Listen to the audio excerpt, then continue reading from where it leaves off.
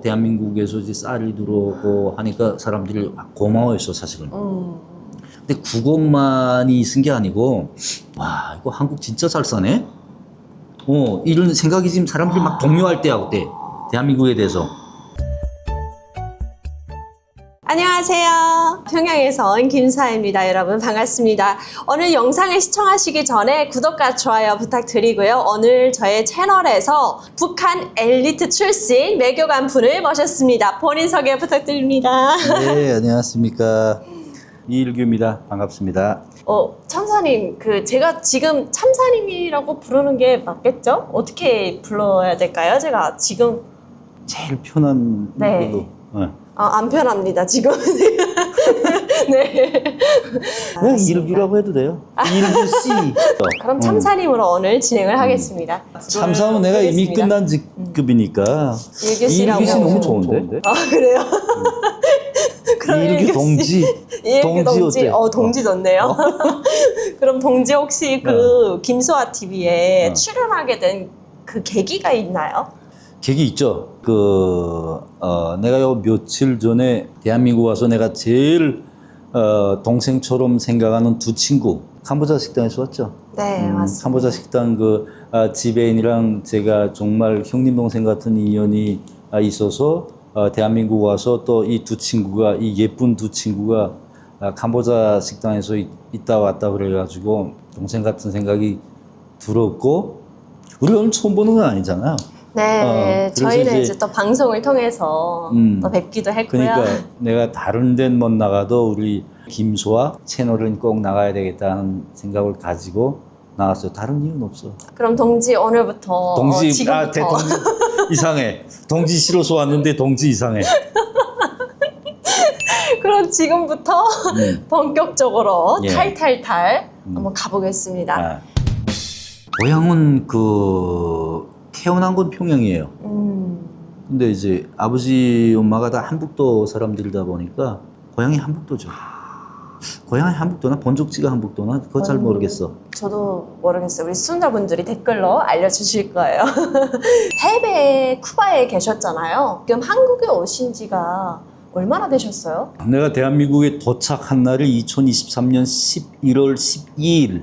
네. 쿠바를 떠난 건 11월 10일 날 떠났고 여기 도착한 건 12일 날 도착을 했으니까 대한민국 왔는데 탈북민들 오면 고치는 과정 있잖아요. 그 과정을 고치고 사회에 나온 건 2024년 4월 달 나왔는데 그러고 보면 1년은 지났고 지금 2년이 다가오고 있네요. 다가오고 있죠. 네. 그 대사관에 이렇게 파견이 돼서 나가는데 과정이 어떻게 되는지가 너무 궁금해요. 파견 과정? 네, 파견 과정, 그 절차.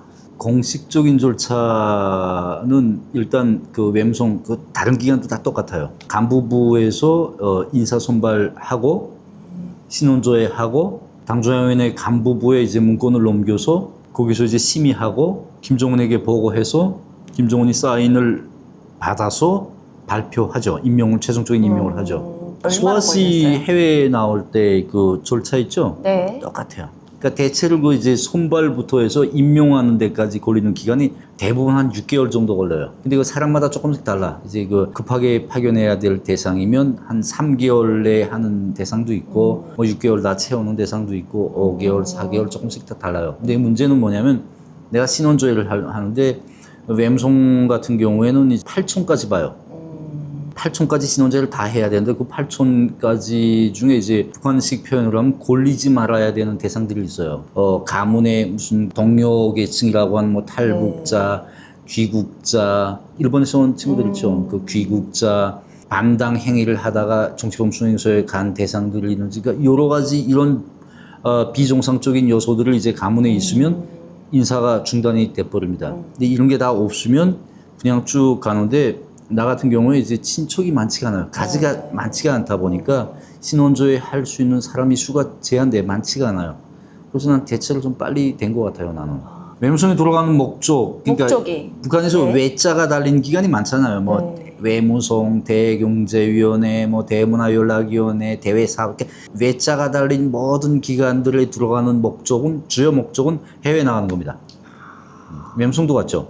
근데 외무성이 인원이 한 1,200명 정도 돼요. 근데 거기서 실질적으로 외국의 외교관으로 나가고 파견되고 하는 건 한 400명 정도? 3분의 1 정도가 해외 다니고 나머지 3분의 2는 해외 못 나가요. 끝날 때까지. 여러 가지 이유로 해서. 그럼 그 사람들은 거기서 뭐예요? 의미가 없지 않아요, 그럼? 목적이 해외인데 거기 있어봤자 해외도 못 나가면은. 그래도 집에서 노는 것보단 외음성에 붙어 있는 게 낫죠. 그럼 가장 큰 목적이 해외에 나가는 거네요. 유일한 목적이. 그럼 월급은 받으셨어요? 월급 받았죠. 얼마였어요? 내가 이제 월급은 좀 가기한데 이제 1,200원부터 이제 시작이 돼요. 제일 낮은 월급이 1,200원에서 제일 높은 월급이 5,000원이에요. 외음성 월급이. 한 달에요? 월. 북한 돈 그 김일성 얼굴 있는 사진 그거 하나? 맞아. 그래서 이제 나 같은 경우에는 3,000원 받았어요. 원래 부국장 월급이 2,700원부터 시작해. 2,700원에서 제일 높은 게 3,000원까지. 그러니까 국수에 따라서 달라요. 근데 그 직급이 어떻게 되시는? 저는 부국장을 했는데 부국장 하면서 세포비서를 겸하다 보니까 조금 높았어요. 그래서 조금 높았는데 3,000원이요? 3,000원. 배급은 잘 나와요? 배급 외음성은 잘 줍니다. 그러니까 이제 그 북한이 배급 제도가 1995년에 권한행군을 시작을 선포를 하면서 김일성이 1994년 7월 8일 날 사망하고 그다음에 이제 1995년 1월 1일 날 이제 김정일이 그 전체 국민한테 그 정말 실현의 이 시작을 알리는 메시지를 던져요. 1월 1일 날 권한행군이 시작되고 권한의 행군을 하게 된 기본 권한행군이라고 규정하게 된 기본 여러 가지 요인 중에서 기본 요인이 배급 제도가 붕괴된 거예요. 배급을 안 주다 보니까 정말 북한 사람들은 그 배급의 우선에서 다 살았단 말이에요. 먹고 사는 건 다 배급에 우선했잖아요. 배급이 붕괴되다 보니까 사람들이 굶어 죽기 시작했어요. 이 굶어 죽는다는 개념이 뭐냐면 이게 못 먹어서 죽는 거예요. 배가 말라서 죽는 게 아니라 사람이 이제 며칠 동안 못 먹잖아요. 이제 면역이 확 떨어지기 시작하면 그 다음에는 이제 여러 가지 그 병을 견디는 힘이 없어져요. 그것 때문에 죽는 경우가 굉장히 많아요. 평양시에도. 그렇죠. 그러니까 북한 사람들 경우에 아무리 옛날에 김일성 때 잘 먹어봤댔자 이제 지금 대한민국 우리 국민들이 먹는 그 다양한 용량 섭취는 못 하잖아요.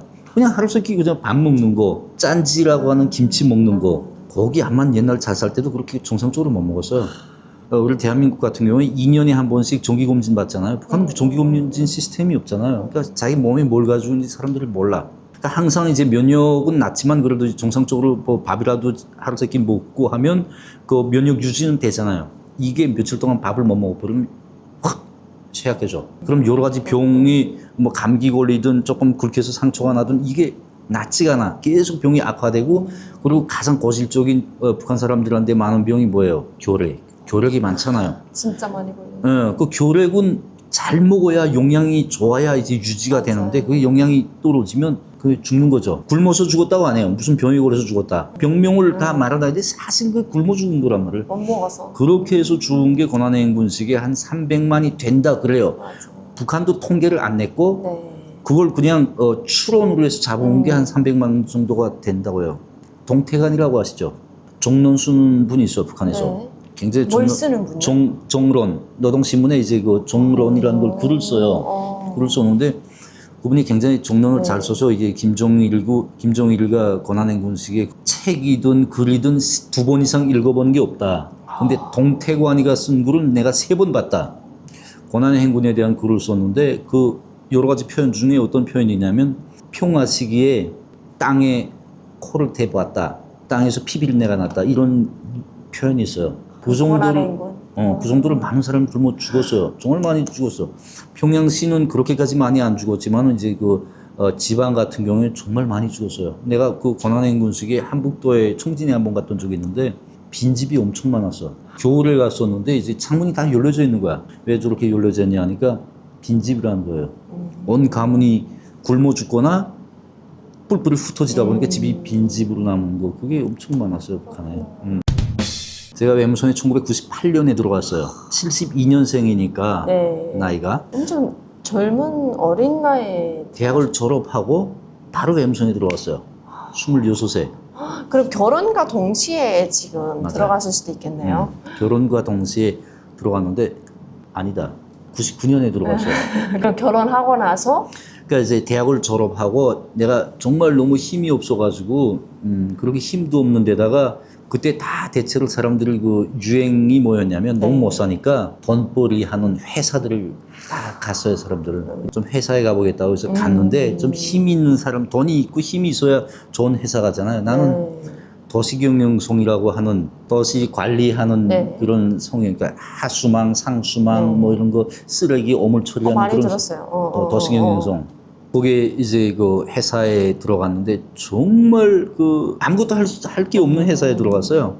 그 들어가서 이제 1년 동안 거기서 있다가 우리 아버지가 강석주 아시죠? 아니요, 몰라요. 웸성 옛날 일부상 하셨던 분인데 그 김종일이랑 굉장히 친했던 분이야. 네, 일반 주민들은 뭐 거기 누가 있는지 모르죠. 그쵸. 먹고 살기 힘드니까. 그래서 그 웸성 일부상이랑 우리 아버지가 그 유학 동창생이에요. 그러니까 우리 아버지가 그때 가문이 아예 무너졌대요, 제가. 그 아버지도 중앙당에 있다가 아예 인생 하바닥으로 굴러 떨어지다 보니까 아버지한테 남은 건 인맥밖에 없는 거야. 그 아버지가 자기 인맥을 강석주 일부상한테 가서 이제 아들 좀 책임져 달라. 네가 같은 그 숙소에서 밥 먹으면서 5년 동안 공부한 그런 사이니까 석주야 내가 너한테 부탁할 거는 아들 하나만 좀 책임져 달라. 그러니까 그건 내가 해주마. 그래서 난 웸성에 갔다 였죠. 우리 아버지가 일생을 그 무역을 하시던 분이다 보니까 너는 돈은 무역을 하지 마라. 이 나라에서 무역을 한다는 건 한쪽 발을 감옥에다 갖다 놓고 하는 건 같다. 절대 너 무역하지 말고 깨끗하게 외교관 해라. 근데 난 외교관은 꿈이 아니었어요. 난 좀 뭐였어요? 그때는 사람이 북한에서 대한민국이랑 북한이 다른 게 꿈이라는 게 그냥 맞아. 잘 먹고 잘 사는 게 꿈이에요. 맞아. 그러다 보니까 이제 돈벌이는 회사 가야 돈이 생기니까 그냥 회사 가겠다 이런 생각이었는데 갑자기 아버지가 이제 그렇게 해가지고 내가 웸성에 갔어요. 웸성에 가서 외교관이 됐어요. 외교관이 돼서 지금 대한민국 왔죠. 그럼 주로 어떤 업무를 보셨어요? 처음에 웸성에 들어가니까 그 이제 강석주 일부상 백으로 해서 웸성에 들어갔는데 그 한국에서도 뭐 낙하산? 그런 얘기가 있죠. 꽂은 거지요. 낙하산. 꽂았는데 꽂는 걸 좀 좋은데 꽂아주셔야 되는데 네. 친구 부탁이고 친구 아들이다 보니까 받긴 받았는데 그분은 제일 최상위에 있는 분이고 난 제일 하바닥에 있는 사람이다 보니까 그냥 간부과에다 말해서 그거 내가 누구 하나 보내겠으니까 그냥 웸성 아무데나 배치해버려 이렇게 된 거야. 그러다 보니까 통신국에 가서 거기서 한 3년 동안 구르다가 그리고 이제 거기서 웸성 그 종세 번역 자료 및 번역국이라는 국이 있어요. 종세 연구하고 외국인 들어오면 통역하고 최선희가 우리 국 출신이에요. 그것도 라디오과라는 게 있어. 그러니까 이제 그 라디오 리시버 끼고 미국의 소리 방송, 일본 NHK 방송, 중국 국제 방송, 러시아의 소리 방송 이렇게 4개를 들어요. 그러니까 한국은 없었어요. 네. 그게 이제 부여회가 뭐냐면 한국에서 한 거예요, 사실은. 미국의 소리 방송인데 부여회 코리아란 말이에요. 그러니까 한국 소식을 위주로 해서 다 내보내는 거지. 한국어로 다 듣죠. NHK 월드도 네. 한국어로 되고 부여회도 그 한국어로 되고 중국 국제 방송도 한국어고 러시아의 소리 방송도 한국어 방송으로 다 듣죠. 북한에서요? 북한에서. 그때가 90년대 말 2000년대 초 그때 한창 북한 핵 문제 때문에 굉장히 예민할 때예요. 네. 한쪽은 핵 문제 때문에 예민하고 한쪽은 납치 문제 때문에 예민할 때야. 어떤 납치요? 일본인 납치 문제가 있잖아요. 일본인 납치. 그러니까 네. 그때 이제 고이즈미가 수상을 할 때인데 이제 북한 납치 문제 해결을 위해서 굉장히 적극적이었어. 그러니까 북한 외무성에서도 이제 납치 문제를 털어버리면서 대신 일본으로부터 어떤 정치적인 수교라든가 그러니까 관계 중상화라는 표현을 썼어요. 관계 중상화 태도를 내서 이제 수교, 경제 지원 이걸 노리고 납치 문제에 대한 일본의 동향을 굉장히 집중적으로 연구했어요. 그 라디오과에서 그걸 했거든. 일본 NHK 방송을 계속 들으면서 그 일본의 동향, 정치 동향들을 대해서 이제 빠짐없이 장악을 해서 보고하는 그런 업무를 했어요. 그리고 이제 미국의 소리 방송이라든가 이제 중국 국제 방송, 러시아 소리 방송은 북한 핵 문제를 둘러싸고 이제 한반도 주변 4대강 중국, 러시아, 미국, 뭐 일본, 중국, 러시아, 미국이 어떤 입장을 항시 견제하고 있는가 또 어떤 태도를 취하는가에 대한 그 연구를 한 거죠. 방송 듣고. 북한에 인터넷도 없고 아무것도 없으니까 방송만 듣고 하는 거. 그리고 이제 거기서 승진을 해서 부국장까지 가신 거예요? 세법이서 하고 북한에서 세법이서 부국장이면 엄청 높은 직이잖아요. 엄청 높진 않아요. 그냥 이제 그 외무성에서 중간급 간부죠.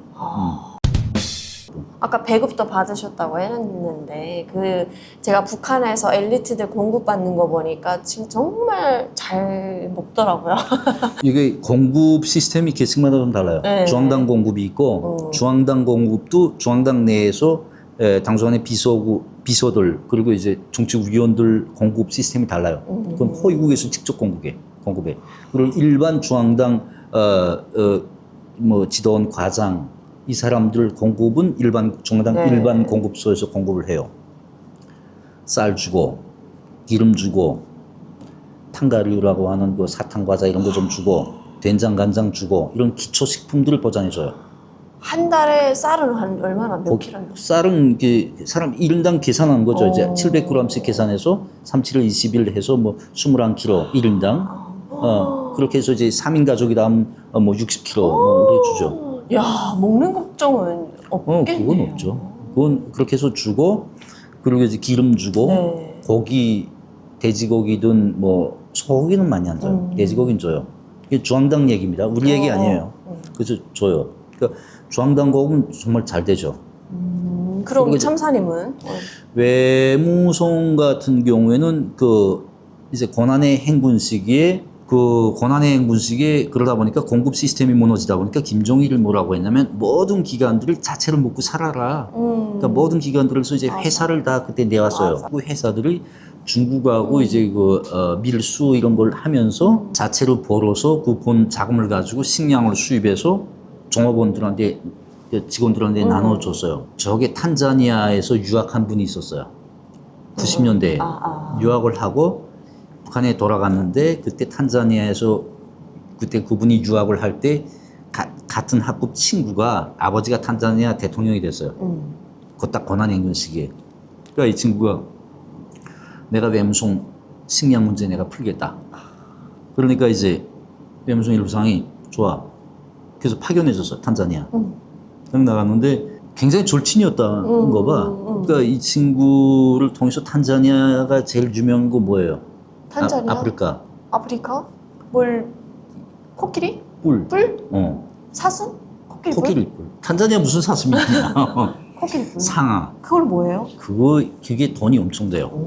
상아가 전략물자예요, 이것도. 국제적인 통제품인데 당구알도 만들고 이 상아 가지고 담배 물질도 만들고 굉장히 이거 비싼 거예요, 상아가. 통제품이다 보니까 이걸 이제 대통령실에서 아예 경호를 서가지고 이걸 반출한 걸 협력을 해줬어요. 엄청 많은 떼돈 벌었죠. 그리고 외무성 사람들 쌀, 식량 공급 그 사람이 했어요. 그러다가 중앙당 이제 38호실에서 돈 잘 버는 친구다 하니까 자기네가 김정일한테 보고해서 데리고 갔어요. 그래서 그 사람이 이중용되고 이쪽으로 옮겨가서 그 사람 덕에 이제 외무성이 쌀을 들어오기 시작해서 시작은 그렇게 됐어요. 그러다가 이제 그때가 지금 90년대. 맞아요. 김정일 때 고난의 행군하면서 다 보여줘라. 다 보여주고 하나라도 뜯어먹을 게 있으면 뜯어먹으라 해서 외무성이 그 다음에 유엔을 통해서 그 인도주의 협조를 호소했어요. 유엔 차원에서 인도주의 그 지원을 하기 시작했고 그러다 보니까 외무성이 최소 배급은 정상적으로 줬어요. 30일 계산해서 한 사람이 21kg씩 3인 가족이면 60kg씩 줬어요. 기름 주고 한 달에 기름은 한 5kg 줬던 것 같아. 설탕 2kg인가 주고 그 다음에 안 줬어요. 그럼 뭐 북한에 계실 때 뭐 무슨 한국 물품이나 좀 뭐 구경해 보셨어요? 뭐 한국이 잘 산다라는 소식을 들어본 적 있는지. 2000년 6월 달에 이제 김대중 대통령이 북한에 왔어. 그래서 6.15 공동선언이 나왔잖아요. 그걸 이제 기점으로 해서 대한민국이 북한에 대해서 인도주의 지원을 하기 시작했어요. 대한민국이란 국호 어디에서 처음 들어봤어요? 저요? 한국에 와서. 그때 북한 사람들이 처음 대한민국이라는 국호를 봤어요. 한국 쌀을 들어왔거든. 2000년대 초반에. 그때 소아 씨는 나이가 어렸겠구나. 4살. 그래서 몰랐겠구나. 그때 내가 처음 대한민국 국호를 봤어요. 쌀마대 대한 내 기억에는 노란색이었던 것 같아, 쌀마대가. 거기 이제 녹색으로 대한민국. 그래서 사람들이 몰랐어, 처음에. 저 대한민국이란 나라가 어디야? 태국인 줄 아는 사람들이 있었어요.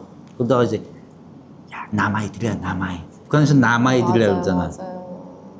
그때 사람들이 한국에 대한 인식이 많이 바뀌었어요. 소아 씨랑 나하고 세대 차이가 나네. 왜냐면 우리는 한국에 대해서 교양을 할 때 이제 굉장히 한국은 못 사는 나라고 한국은 다 굶어 죽고 그리고 뭐 애들을 깡통 차고 미군 구두 이렇게 닦아서 생계 유지하는 걸로 다 교육을 한단 말이에요. 저 때도 그렇게 받았어요. 아, 그랬나? 네. 근데 이제 그때 2000년 6.15 공동선언 나오고 대한민국에서 이제 쌀이 들어오고 하니까 사람들이 고마워했어, 사실은. 근데 국어만이 쓴 게 아니고 그 권한행군 하면서 장마당을 허용했잖아요. 박봉주가 그때 내각 총리할 때인데 박봉주가 공족이 장마당을 확대한 거야. 장마당을 먹고 살라고 장마당을 통해서. 그래서 이제 장마당을 확대하다 보니까 장마당이 중국에서부터 물자가 다 밀수해서 들어오잖아요. 네. 그 공간을 타고 한국 물건이 들어오기 시작해서. 근데 그때 당시 내 기억에는 그 북한 생산이 안 될 때니까 중국 상품, 한국 상품이었어요. 중국 상품 둘 중에 하나야. 그러니까 북한 사람들 눈에 비춰진 명품은 한국 제품. 그리고 중국 제품, 일반 제품. 근데 이제 돈 좀 있는 사람들은 다 한국 제품 썼지. 네. 중국 상품 이게 담보가 안 돼요. 아무리 번쩍거려도 이게 조금 며칠 쓰다가 고장나고 하니까. 맞아. 그래서 그때 사람들이 와, 이거 한국 진짜 잘 사네? 이런 생각이 지금 사람들이 막 동요할 때야, 그때. 대한민국에 대해서. 이제 김종일도 체제 지키는데 막 모든 신경을 쓰다 보니까 언제 사람들 뭐 교육하고 교양하고 이게 조금 헐시했던 적이었는데 가장 근본적인 거는 이제 그 장마당 흐름을 타고 한류가 들어왔어. CD, USB. 드라마. 맞아.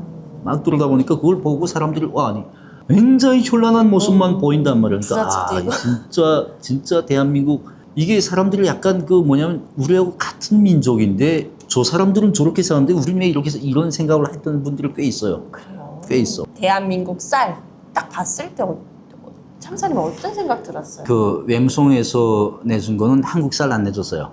동남아에서 들어온 쌀 내줬어. 네. 암낭미라는 쌀 알죠? 많이 먹었죠. 악남이. 풀기 없는 거. 풀기 없는 정도가 아니고 날아가는 거. 맞아요. 근데 그 정도도 아니고 그 쌀을 닭을 먹이면 닭이 알을 안 낳는데요. 그 정도로 이제 영양 가치가 없는 거야. 근데 많이 먹었는데. 그걸 먹으면 소화는 또 잘 되니까 이제 고기 먹고 하는 분들은 그걸 먹어요. 나는 쿠바에 가서도 이 잎살 안 먹었어. 소화 안 돼서. 그걸 그 안낭미를 먹었단 말이에요. 그 고기 먹으면 하나 문제가 없어요. 근데 이제 그 북한 사람들은 쌀만 먹고 살잖아요. 고기 못 먹잖아. 그러니까 어떻게 하나 뭐 기름이라든가 뭐 이제 그 여러 가지 그 많은 걸 먹어야 되는데 60km 타면 60km 조금 넘게 타는데 그 장마당에 내다 팔어. 아, 팔았어요? 팔고 돈 없으니까, 그렇죠? 돈으로 그러니까 만들어야 돈 되니까. 때문에 그런 게 아니고 그걸 팔고 한국 쌀을 사는 거야.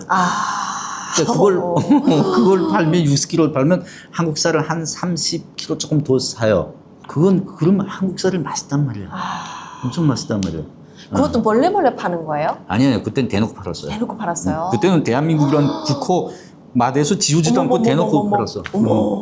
그런 시대가 있었구나. 있었어요. 신기하네요, 저는. 그때는 팔았어요.